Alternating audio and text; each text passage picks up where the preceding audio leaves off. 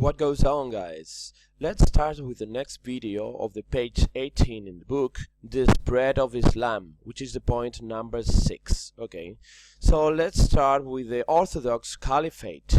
What happens whenever Muhammad died? Okay, Muhammad, as you know, conquered part of the Arabian Peninsula, this dark green area as you can see. But whenever he died, the rest of the Muslims who kept him conquered other territories, as you can see. But Muhammad was the main ruler, and once he died, the Arabs who kept him spread the Islam over other territories through the jihad. The jihad is what we used to call the Holy War. Alright, but what happens during the earliest stage of the Islamic Empire, known as the Orthodox Caliphate? Members of Muhammad's family ruled from Medina, and they used to choose a new caliph. The caliph was the political and religious leader of the Muslims. It was the total leader, the boss, religiously and politically. However, there was a great dispute among several possibly caliphates. And what happens? Ali, which is this caliph you have on the image, was died in 661, was assassinated by another family, a new family of Muslims, because they didn't want Ali as the caliph. Why? Because Ali was a descendant of Muhammad, but this other family who assassinated Ali was the Umayyad family. And once assassinated, this family took control of the empire, of the Islamic Empire. The Umayyad family took the control.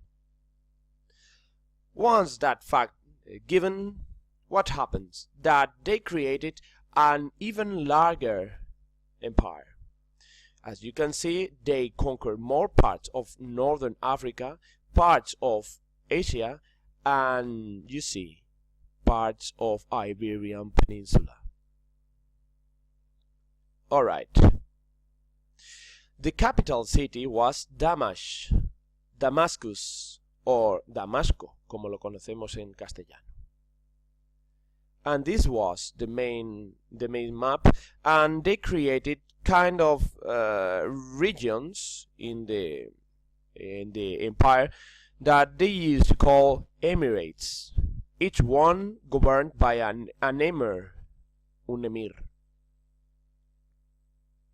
Okay, so as you can see in this previous image, the Umayyad Caliphate lasted from 661 up to 750 after the death of Christ.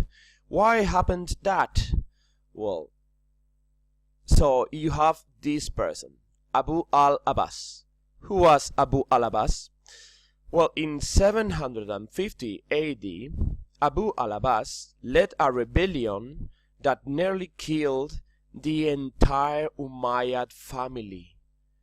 Abu al-Abbas belonged to another family, to the family of the Abbasid family. And Abu al-Abbas tried to assassinate all the Umayyad family. And they achieved it, but excepting one person. Only one person of the Umayyad Caliphate family survived. This person was Abd al-Rahman. What happened with Abd al-Rahman? That Abd al-Rahman lived in Arabian Peninsula, but he could fled through the North Africa up to the Iberian Peninsula. So he stayed with the Umayyad Caliphate in the Iberian Peninsula, but the rest of the empire became the Caliphate Abbasid Empire. So as you can see in this image, this is what I have explained. The main part of the pink area in the map is Abbasid, belonged to the Abbasid Caliphate Empire. But you see, as Abd al-Rahman fled from Arabian Peninsula through North Africa up to Iberian Peninsula, Abd al-Rahman stayed with the Umayyad Caliphate, and consequently you see in the Iberian Peninsula the Umayyads ruled there.